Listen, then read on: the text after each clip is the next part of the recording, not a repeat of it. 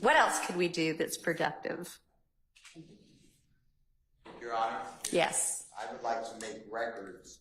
The Honorable Attorney John Melnick is under subpoena. He's in your courthouse, to my knowledge, or to my belief.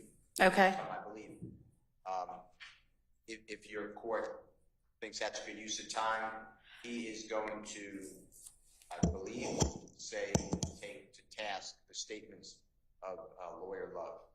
All right. Well, tell me why that matters, because what may have been the actual truth and what Ms. Love and or Ms. Hilton perceived and therefore caused them to want to speak to the court ex parte don't really have to be the same thing. And I don't know that it matters whether what they thought was true was actually true.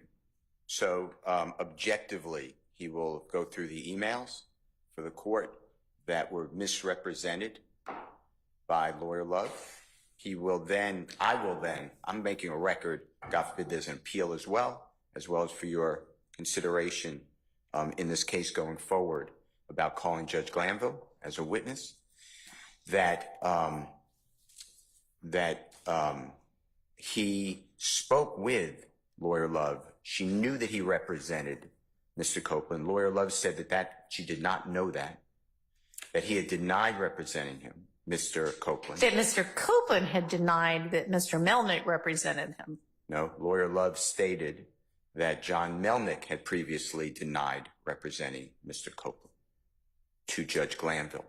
And that goes to the heart of why is there a ex parte meeting in the first place, because I don't know why there was, but Judge Krause I've objected to it. And I know you said maybe not, it's dicta, and I agree that it did not go to the holding or the ruling, and she didn't make long statements of fact or findings of fact. So I appreciate you saying, I don't know if these are findings of fact, but maybe just surplusage. But if that meeting is the way Judge Krause found, and there is a Honorable Superior Court judge who made that ruling that's cemented in our case, that, I forget the line, but something like maybe it should have been done in open court, but the substance may have been proper, something to that effect. If it was done in open court, I would have been able to be there to question Mr. Copeland. I would have been able to be, because the Judge Glanville said, do you want to you have questions for your lawyer, the state, or me? If I was there, I assume he would have said, or Mr. Steele. And then people were asking him questions. They were discussing his testimony. Those are things that we had a material right to be present for. So the point I'm trying to make. Okay, well, I'm going to make a substantive ruling with regard to that, and I don't know how Mr. Melnick is going to add to that. I mean, it is clear to me from reading that June 7th transcript that the questions they had about whether Mr. Melnick represented Mr. Copeland were not, is he literally counsel for Mr. Copeland right now? I mean, they knew he was that because Ms. Hilton said when Mr. Copeland asked to talk to Ms. Hilton outside of the courtroom, and they were about to talk, Mr. Melnick either was there or appeared, and Ms. Hilton said, oh, you seem to want to talk to him, so I will let y'all talk privately, which if she didn't think Mr. Melnick were representing Mr. Copeland, wouldn't have done. I mean, there would have been no reason for her to do that.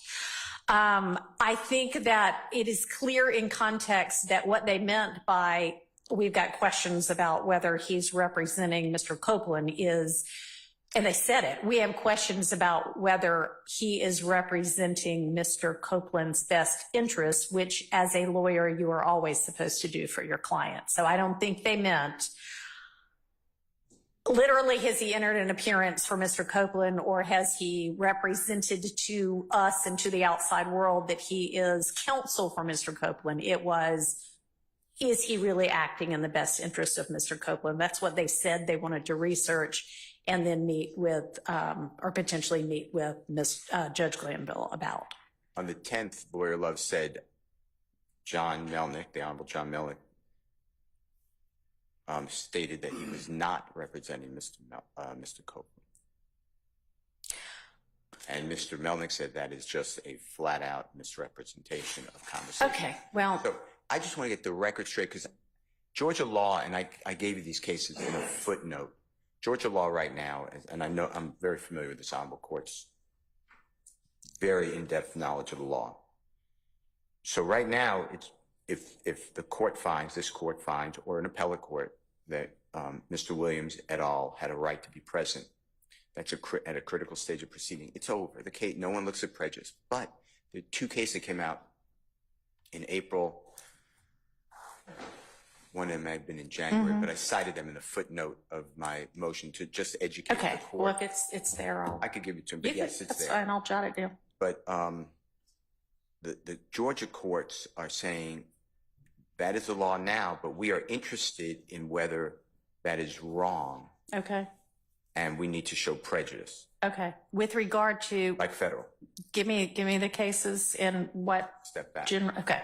But so I want to make a record of showing it was prejudicial because there were knowing misrepresentations to even have a auspices of a meeting with the judge. Okay, well. And I'm not agreeing. I'm not sure if I follow you, though, with regard to I need to establish that Mr. Melnick was, in fact, counsel for Mr. Copeland, because even in the June 10th ex-parte meeting, Ms. Bumpus was there as stand-in counsel for Mr. Melnick, because apparently Mr. Melnick had said he had a pre-scheduled vacation or something like that, which everybody knew about on Friday or before Friday. And they were saying, you know, how can he actually be representing him, i.e. the best interest, if he's off on vacation when this critically important thing for Mr. Copeland is going on. But here's his standing counsel, Ms. Bumpus. So they understood that technically, at least, Mr. Melnick was representing Mr. Copeland. So, I mean, that's I can take judicial notice of that to the extent I need to. I'm inarticulate then, because Mr. Melnick, I believe, is going to have testimony before your court for you to judge credibility. Okay. That what was said out of the mouth of the two prosecutors, Hilton, Love, are not true. There's no emails to back up what Love says. Ms. Hilton, there is not this Mr. Copeland, I need to speak with the DA. Those things have been unrebutted. They're just being said. And my point is, without that, then why are you questioning another lawyer's ethical duties? What gives you the right to say that to the judge? And then the courts need to know that's not true. All right. Just like I said to the state essentially yesterday with regard to their motion that suggested that defense attorneys were violating bar rules in the way that they talk to the press, I am going to suggest to the defense that if the state is violating bar rule, or attorneys for the state are violating bar rules in the way that they talk about defense attorneys or in representations that they make to the court, that too is something that they may have to deal with the state bar. I see, but I'm dealing with, my concern is Mr. Williams. So I'd like you to make findings, because I think that they go to the heart of, you're entitled to ethical prosecutors. We demand that. Ethical lawyers, ethical prosecutors, and a fair tribunal. That's constitutional, as a fair tribunal. That did not happen here in my advocacy, in my viewpoint, the way I understand what happened. I wasn't there. So I can't talk about, I wasn't in the outside the courtroom when this supposed Mr. Copeland wants to talk with Ms. Hilton. I don't know. All I know is what, we do. We come in after the fact, we investigate. But I'd like to spread that on the minutes. So I raised that. I don't know, Mr. Melnick's day-to-day or... I don't know that... But I'd like to call him. I understand, and I don't know that that is ultimately relevant to the determinations I have to make, because again, whether what the prosecutors represented to Judge Glanville was true or not, maybe an issue for another type of tribunal. But in terms of whether it was then appropriate for Judge Glanville to okay the June 10th meeting to further flesh that out is what I need to figure out, right? So it doesn't really matter whether what they said was true for that purpose. It is, they told Judge Glanville what they told Judge Glanville. Was it reasonable at that point for Judge Glanville to entertain the ex parte on Monday, the 10th? Okay. So let me make that determination. I'd like to call him if you change your ruling. Both of them, Judge Glanville. You can proffer what he would testify to. Then I need to, because he didn't see this new transcript, so I need to, he being Mr. Melnick. Well, what's in the transcript shouldn't influence what's true. So I would think, no, it doesn't. I would think that he can then say, or tell me and I'll tell you, and then you can hear from him if you want, that did not happen or this. I want to get it right. All right. So you haven't talked to him yet about what? All right. Well, obviously I'll give you a chance to talk to him before you make a proffer because you need the proffer to be accurate. Okay. All right. So that's not something we can do right now either. Okay. Thank you. All right. So what can we do?